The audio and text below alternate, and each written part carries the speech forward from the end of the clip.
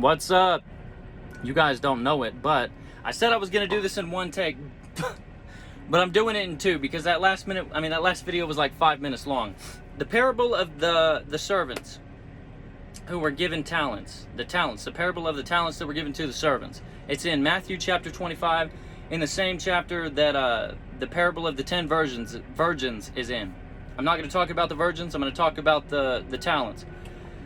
It says the kingdom of heaven is like as if the Lord over some servants went into a far-off land, and before going into a far-off land, he gave 5 talents to one servant, 2 talents to another servant, and 1 talent to another servant. And then the Lord goes for a long time. And while the Lord is gone, the servant with the 5 talents, he puts it to work and he makes another 5 talents. The servant with the 2 talents puts it to work, he makes another 2 talents. So the first one has 10 and the second one has 4. The third servant who got 1 talent, and it says each of these were given according to their ability. It says the third one, he went and buried his talent in the ground. And then after a long time, the Lord comes back and he reckons with the servants. He says, okay, where's my money at?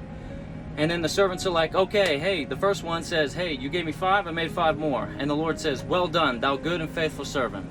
You've been faithful over a few things, I will make you faithful over many things. And then the servant gets to keep the 10 talents. The servant with the 2 talents, likewise. He's like, hey man, I made 2 more, and now I got 4. Look, here it is. And the Lord says, well done, my good and faithful servant. You've been faithful over a few things, I'll make you ruler over many things. And the third one says, he comes to the third one's like, hey man, I buried it over in the ground because I know, that you're a hard man or whatever. But look, it's right over there, it's in the ground, you can have, take it, it's yours. And then the Lord says, thou wicked and slothful servant, you should have rather put my money to usury with the exchangers, usury meaning interest. You should have put it to the exchangers, that way I could have come back and received it with usury. And so what this is talking about, what this is saying is, be faithful with the things that you've been given. We've all been given things in life. We've all been given things. Money, cars, resources, wisdom, talents, like literal talents, basketball, music, singing, whatever. We've all been given things. So be faithful over those things, and then you're added to. Like we all dream of like being rich. We all dream of having passive income where we can just chill at the house with our family and grow up our family and progress. You know what I'm saying? We all dream of that.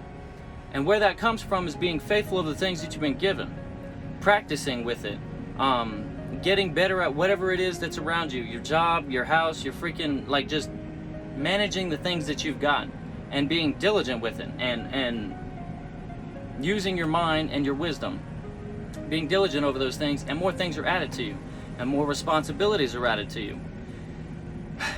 Contrary to that, you don't have to have goals. Nobody's forcing you to better yourself as a human being. Nobody's forcing you to put yourself in a better position, whatever.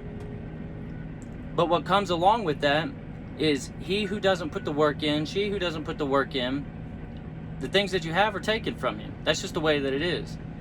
I love you guys. And today's Wednesday, right? Yes. I love you guys. That's what I'm talking about.